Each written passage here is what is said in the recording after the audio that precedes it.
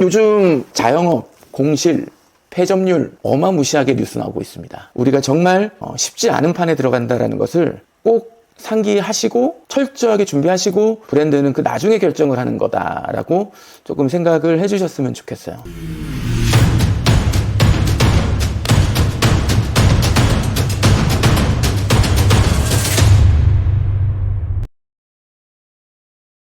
안녕하세요, 인싸맨입니다. 자, 제가 직접 찍은 사진들을 통해서 여러분들께 프랜차이즈 창업의 인사이트 엑기스를 모아 여러분들께 나눠드리는 프랜차이즈 창업 현장 스케치 시간입니다. 바로 현장으로 가보시죠.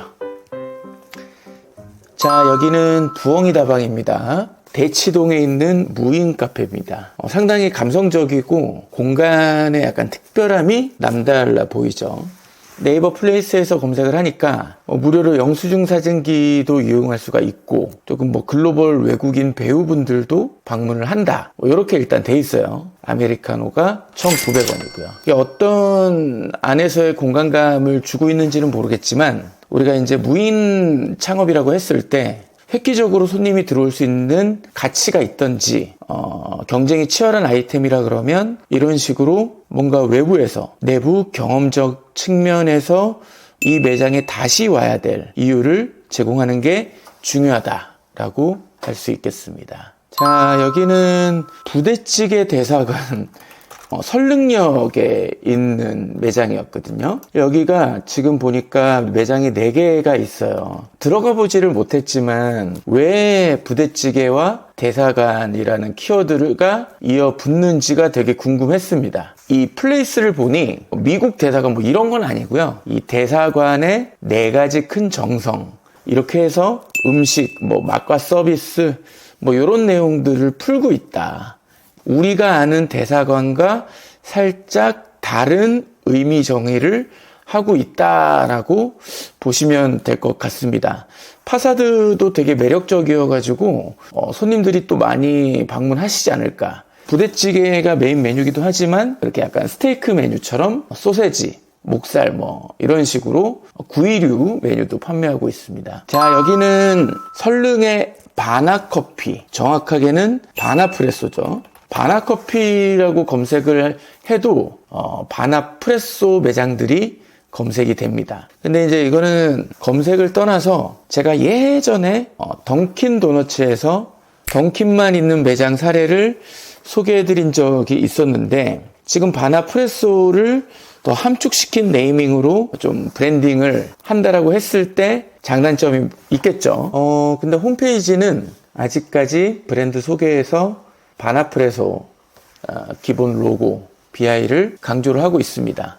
약간 테스트라든지 혹은 상권에 맞게 제한적으로 전개하는 부분이 아닌가 싶네요. 자, 여기는 제가 개인적으로 자주 먹는 땅스 부대찌개 본사에 있는 실제 매장입니다. 여러분들 보시다시피 2가지 포인트가 있는데, 좌측에는 무인 자판기가 있죠.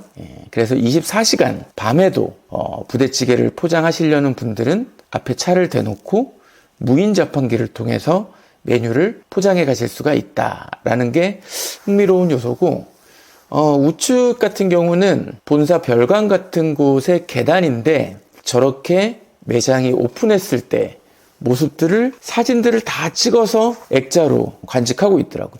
정말로 1호점부터 계단 올라갈 때 지금 현재 가장 최신 매장까지 걸려 있는 걸 보면서 진심이구나.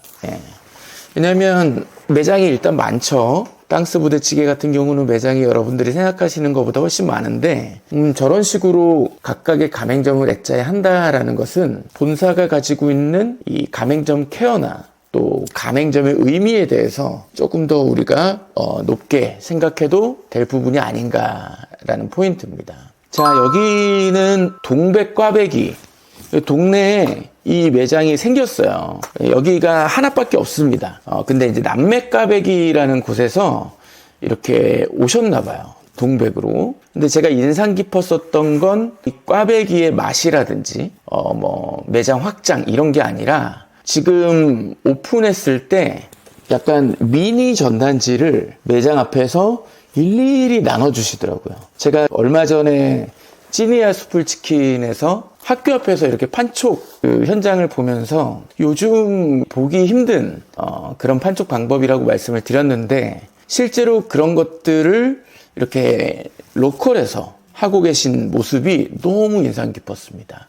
여기는 그 이후에 제가 가서 방문하고 경험하고 영수증 리뷰를 한 기억이 나요.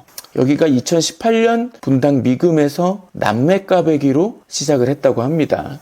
어쨌든 좀 잘 되셨으면 좋겠어요. 현장 가도 되게 열심히 하시는 게 보이거든요. 자, 여기는 제 기억으로는 홍대입니다. 홍대에서 합정 넘어오는 블럭에 있는 굽네 플레이타운입니다.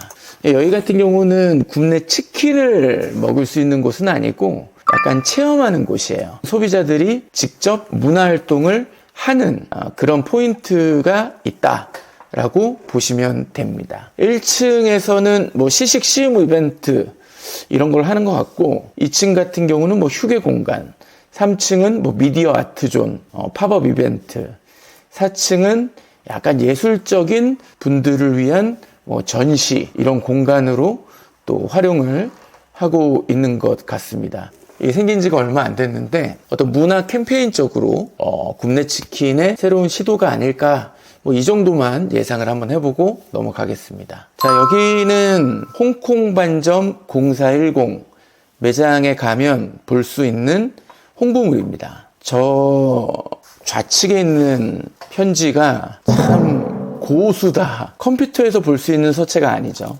진짜 쓴 것 같은 글씨체. 그리고 이 내용, 더 맛있고 더 깨끗하고 더 안심하고 드실 수 있도록. 사실은 이게 이제 프랜차이즈 본질이 담겨 있는 메시지거든요. 그러면서 또 우측에는 뭐 사진도 있고 또 감사 인사도 있지만, 아래 보면은 QR 설문, 그래서 백다방 아메리카노 증정. 이런 식으로 하면 손님들의 의견들이 계속 이 QR을 통해서 본사에 접수가 되겠죠.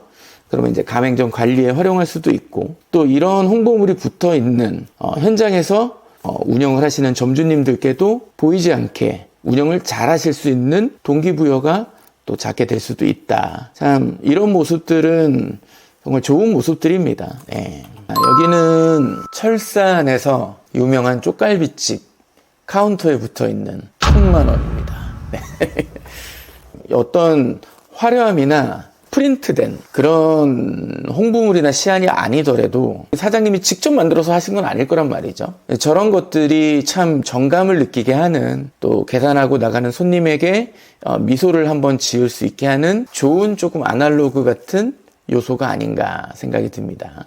배너가 중요한 건 제가 여러 번 강조드리고 있죠. 근데 여기 같은 경우는 배너를 정말 잘 활용한 거죠. 배너를 설치하시는 분들 입장에서는 뭔가 더 많이 설치해서 메시지를, 또 정보를 주고 싶어 하시지만은, 이런 후킹한 메시지 한 줄이 손님들에게 오히려 더 각인되는 효과를 불러올 수가 있습니다. 2층에 자리 있음을 우리가 보통 알고 있는데, 여기서는 분위기 있음이라고 표현하고 있고, 우측 생활맥주 같은 경우는 소주 그거 얼마 한다고. 저는 저게 되게 킥한 멘트더라고요. 생활맥주가 브랜드 런칭한 이후부터 그 브랜딩을 정말 잘하는 맥주 프랜차이즈 브랜드로 저는 생각을 하고 있습니다. 여기는 배너는 아니고 매장 안에 있는 실내 홍보물이에요. 근데 이렇게 고객의 폭이 넓고, 특히나 어린아이, 학생, 부모, 이런 타깃층을 주요 고객층으로 운영하고 있는 브랜드 같은 경우는 이런 직설적이고 직접적인 커뮤니케이션은 상당히 장점으로 우리가 다가올 수가 있다라는 거죠. 떡볶이집은 너무 많잖아요. 배달도 그렇고 홀 매장도 그렇고 치킨집에서 파는 떡볶이도 그렇고, 이런 식으로 계속 커뮤니케이션을 하면 이걸 누가 보나 할 수도 있겠지만, 이런 것들이 밑바탕에 깔리고 좋은 경험과 맛이 뒷받침이 되면 단골 전환으로 이루어질 수 있는, 그러니까 이런 것들도 마케팅이라는 거죠. 네이버 플레이스, 파워링크 광고, 당근 광고뿐만 아니라 매장 안에서의 이 메시지들도 그런 어떤 연결고리들을 잘 만들어줄 수 있는 메시지다. 이런 것들은 본사가 조금 더 노력을 많이 해주셔야 됩니다. 저는 개인적으로 이거를 운전하면서 찍은 건 조금 제가 잘못했지만, 저는 이거 보고 되게 화가 났거든요. 이거 그대로 읽어보면, 위급하면 음식 먼저, 늦으면 고객이 으르렁. 양보해준 당신 땡큐. 예전에 한번 인싸맨쇼에서 말씀드린 것 같은데 음식보다 안전이 중요하죠. 빨리 가는 것보다 법이 중요한 거죠. 내가 빨리 음식을 전해줘야 된다라는 심리적인 부담감이라든지 그런 어떤 운영 체제가 있을 수 있겠지만 메시지조차 이렇게 해버리시면 참 뒤에 사람이 누가 양보를 해줄까 싶어요. 고객이 으르렁거리니까 내가 음식을 먼저 갖다 주기 위해서 때로는 신호를 어길 수도 있고 때로는 당신을 제치고 이거는 저는 아니라고 생각해요. 그래서 우리가 정말 법 위에 사람이나 어떤 역할이나 직업이 있으면 안 되는 거 아닙니까? 그죠? 꼭 이런 배달 통에 붙은 문구뿐만 아니라 이건 우리가 되돌아봐야 되는 메시지라고 생각을 합니다. 부산의 이 가수 싸이가 냉삼을 먹은 집이 서초갈비 맞죠? 그게 되게 유행을 했었는데 그 컨셉이 그대로 왔습니다. 제가 들어가서 경험을 한 건 아니기 때문에 이 매장이 그 매장을 프랜차이즈화한 데는 모르겠는데 매장이 꽤 됩니다. 지금 보니까 한 10개 정도 있네요. 여기를 제가 플레이스로 보니까 그 모양만 흉내내는 냉상집들과는 달리 진짜 부강 16점에서 납품을 받았다. 그래서 저기 그 부강 16점이 간판에 사인으로 걸려있네요. 옥된장 매장 앞에 있는 신메뉴 홍보물, 그 밑에 리뷰 이벤트, 그 옆에 브랜드 스토리, 또 점심 특선. 어떻게 보면 되게 번거로울 수 있거든요. 이런 연출은 본사나 가맹점 서로 좋은 게 아닌가. 몇 명이 봐주시든 간에 분명히 앞뒷면이 또 있어요. 제가 정확히 기억은 안 나는데 뒷면 쪽에서는 가맹 안내도 있었던 걸로 기억을 얼핏 합니다. 근데 이런 식으로 우리가 한 매장에서 고객과 소통할 수 있는 방법, 상황, 그리고 홍보물 요소적인 부분들이 우리 생각, 우리가 정의한 것보다 다양하다라는 거죠. 여러분의 12월은 어떤 의미인가요? 프랜차이즈 현장 스케치 사진들을 좀 되돌아봤는데 그 이후에 찍은 사진들이 되게 많이 있습니다. 그래서 오늘은 더 많이 소개해드리고 싶었는데 그걸 일부러 막 참고 조만간 다시 또 하나를 올리려고 이렇게 소개를 드려봤습니다.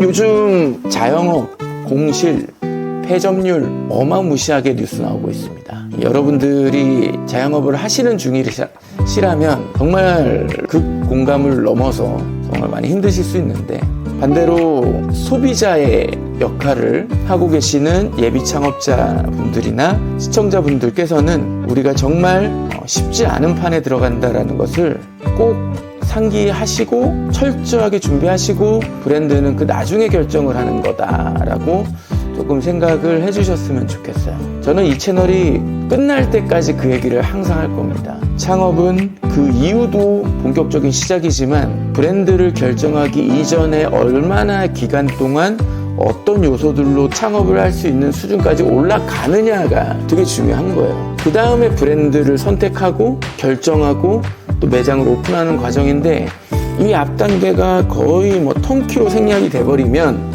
바로 브랜드 서칭과 검색 단계로 가게 되면 여러분들이 중심이 안 잡혀 있기 때문에 정말 많이 힘들 수가 있습니다. 여러 의미죠.